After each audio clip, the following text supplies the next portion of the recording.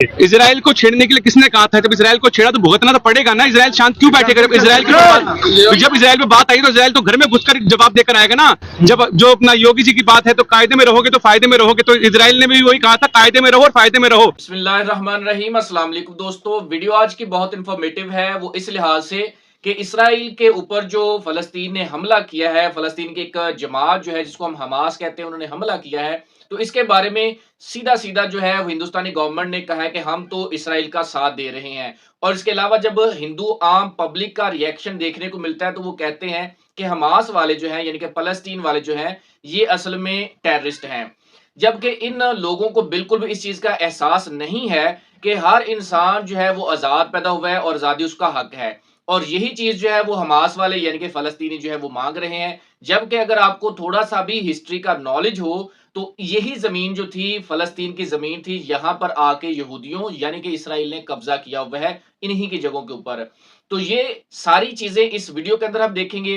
हिंदुओं की अदावत जो है मुसलमानों के साथ, उसको भी हम यहाँ पर देखेंगे। और डॉक्टर जाकिर नाइक साहब का क्या कहना है इस जिदोजहद के बारे में जो कि फलस्तीनी लोग जो हैं अपनी होमलैंड के लिए, अपने वतन के लिए कर रहे हैं। तो आज की वीडियो आपके लिए बहुत इंफॉर्मेटिव होने वाली है, काफी चीजें आप लर्न करेंगे हिस्ट्री से रिलेटेड। तो आइए हमारे साथ इस वीडियो को कंप्लीटली वॉच करते हैं। आज हम इजराइल के समर्थन में यहाँ खड़े हैं क्योंकि देश के कुछ गद्दार जो फिलिस्तीन के आतंकी संगठन हमास के समर्थन में खड़े हैं, चाहे वो स्वरा भास्कर हो या अलीगढ़ मुस्लिम यूनिवर्सिटी के कुछ लोग हो। तो प्रधानमंत्री नरेंद्र मोदी जी जब आतंकवाद से प्रताड़ित देश इजराइल के साथ खड़े हैं, उन्होंने ट्वीट कर दिया पूरी दुनिया, अमेरिका, ऋषि सुनक, ब्रिटेन के प्रधानमंत्री, इन्होंने भी कहा और यूएई ने भी समर्थन दे दिया है जब दुबई ने इजराइल को। तो हमें क्या दिक्कत है? हम भी खड़े हैं आज इजराइल के साथ, सबके साथ। ये शेखर भाई हैं, इन्होंने ये हमेशा पिछले 10 सालों से लगातार इजराइल के समर्थन में कार्यक्रम कर रहे हैं। तजिंदर पाल सिंह बग्गा, मैं रामेश्वर आर्या। हमारा एक ही मांग है, इस देश में कोई भी हमारे जैसा संगठन एक्टिव नहीं होना चाहिए। देश के गद्दारों को फूल की मालाएं नहीं, जूतों की मालाएं पहनाई जाएगी। और जो भी लोग इस समय हमास के साथ खड़े हो रहे हैं वो देश के गद्दार है। सरकार उन्हें टेररिस्ट घोषित करे, क्योंकि हमास एक आतंकवादी संगठन है और जो उनका फ्लैग लेके घूम रहा है उस देश का, वो देश का गद्दार है। आप बस, मैं यही कहना चाहता हूँ। जो नारे लगे हैं उन पर क्या कहना चाहिए? एएमयू गद्दार, देखो एएमयू ने देश को बांटने की एक थ्योरी रची थी, आपको पता है, वहीं से निकला था जिन्ना, और वहीं से पहली बार नारे लगे थे। देश को बांटने की खिलाफत वहीं से चिड़ी थी और इस देश में जो बड़े दंगे हुए थे देश को बंटवारे के, वहीं से हुए थे। हम देखते हैं कि इराक के अंदर उसने कहा कि weapons of mass destruction, weapons of mass destruction. मैं सद्दाम का दोस्त नहीं हूं, हम जानते हैं कि सद्दाम अच्छा मुसलमान नहीं है, लेकिन जो जॉर्ज बुश ने इराक पे हमला किया, बॉम्ब गिराए, हजारों लोग का कत्ल किया, हमें मानना पड़ेगा बिल्कुल गलत है। इसके सबूत की जरूरत है, खुद ही फौज भेजी, एरोप्लेन भेजे। तो इससे जाहिर होता है कि ऐसे सबूत मिलने के बाद कोई दो राय नहीं कि आज की तारीख में जो सबसे बड़ा दहशतगर्द है वो जॉर्ज बुश।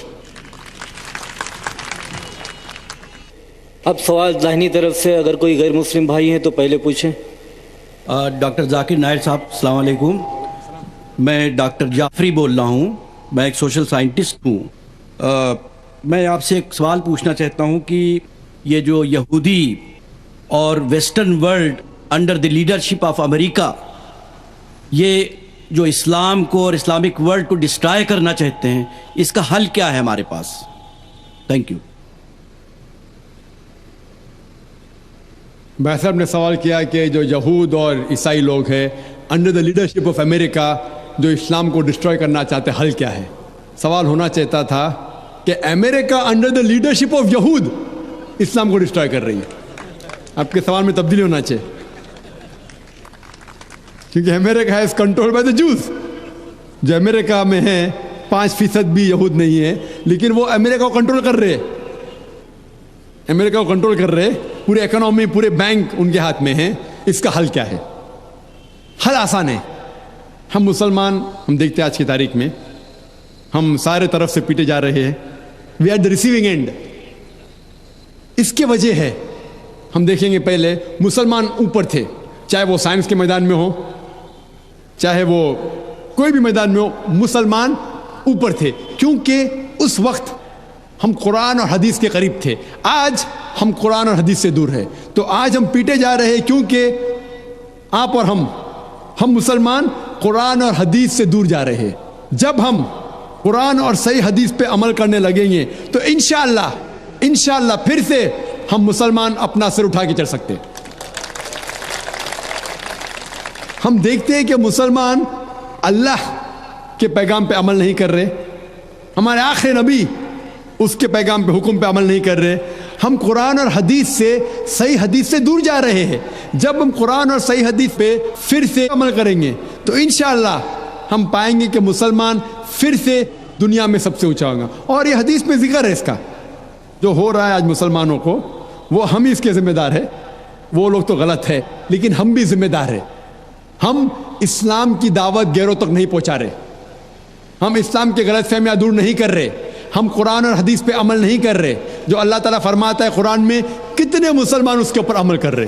कुछ करते होंगे 2%, 5%, 10%, 25%। बहुत कम मुसलमान हैं जो मुकम्मल तौर पे कुरान और सही हदीस पे चल रहे हैं, चाहे वो दीन के अमाल हो, चाहे वो दुनिया अमाल हो, दोनों तरफ से हम कुरान और हदीस पे अमल नहीं कर रहे। अगर हम अमल करेंगे इंशाअल्लाह फिर से हम देखेंगे कि मुसलमान दुनिया में ऊपर रहेगा इंशाअल्लाह। अस्सलाम वालेकुम डॉक्टर साहब, मेरा नाम है सऊद अहसन उस्मानी, मैं यहीं क्रिश्चियन कॉलेज में बीकॉम फर्स्ट ईयर का स्टूडेंट हूँ। आपने हम लोगों को दावत के बारे में बताया कि हम लोग गैर मुसलमान लोगों को इस्लाम की तरफ बुलाएं। तो मैं ये जानना चाहता हूँ, कल को इंशाअल्लाह जब मैं इस काम के लिए, इस नेक काम के लिए आगे दुनिया में निकलूँगा, तो किसी गैर मुसलमान ने मुझसे सबसे पहले ये पूछ लिया कि मैं अपना मज़हब छोड़ के, जिसको मैं इतने सालों से प्रैक्टिस कर रहा हूँ, आपका इस्लाम क्यों पकड़ लूँ? या एक स्टेप आगे जाके उसने ये कह दिया, आप अपना इस्लाम छोड़ के मेरे मज़हब में क्यों नहीं आ जाते? तो इन दोनों सवालों का मैं क्या जवाब दूँ? शुक्रिया। भाई साहब ने सवाल पूछा कि अगर कोई मुझसे ये पूछेगा कि मैं मेरा मज़हब छोड़ के इस्लाम क्यों कबूल करूं, या आप इस्लाम छोड़ के मेरा मज़हब क्यों नहीं कबूल करते, वैसी मिसाल है कि एक स्कूल अगर हिसाब में ये बच्चों को सिखाती है कि 2 + 2 5, और दूसरी स्कूल सिखाती है 2 + 2 4, तब कौन सी स्कूल में दाखिल होंगे? वो स्कूल जो हक की बात कर रहा है। लेकिन आम इंसान को हिसाब के बारे में पता है कि 2 + 2 4 है और 2 + 2 5 नहीं है। तो इसीलिए जब आप कॉलेज में एडमिशन लेते, आप उस कॉलेज में एडमिशन लेने की कोशिश करेंगे जो कॉलेज में सबसे बेहतरीन पढ़ाई होती है। उसी तरीके से आप उस मज़हब में दाखिल हो जिस मज़हब में सबसे बेहतरीन इंसानियत के बारे में कहा गया है।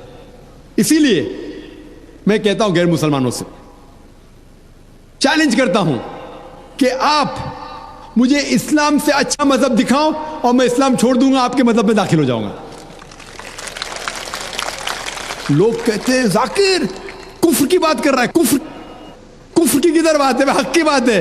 मैं जानता हूं कि इस्लाम से अच्छा मज़हब है ही नहीं,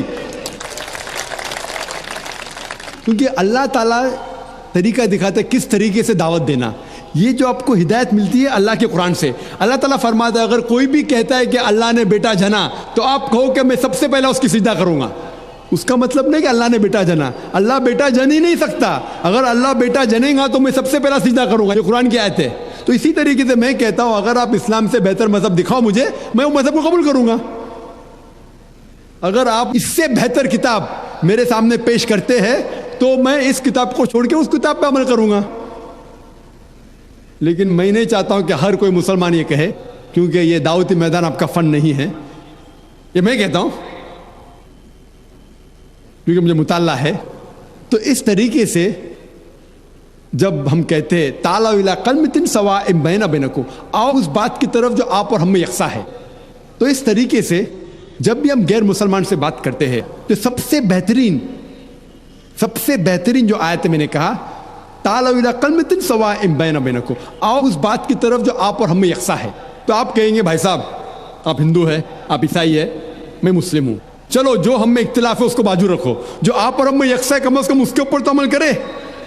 क्योंकि आपको मेरे मज़हब में नया आने का मत आओ, मुझे आपके मज़हब में नया आने का मत आओ, ठीक है। कम से कम जो आप और मेरे मज़हब में यकसा है उस बात के ऊपर तो हम एक साथ में अमल करेंगे और कोई भी नहीं कहेगा कि नहीं।